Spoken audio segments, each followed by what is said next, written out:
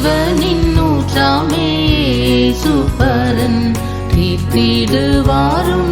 தாகமதை ஜீவனின் ஊற்றாமே சுப்பரன் தீர்த்திடுவாருந்தன் தாகமதை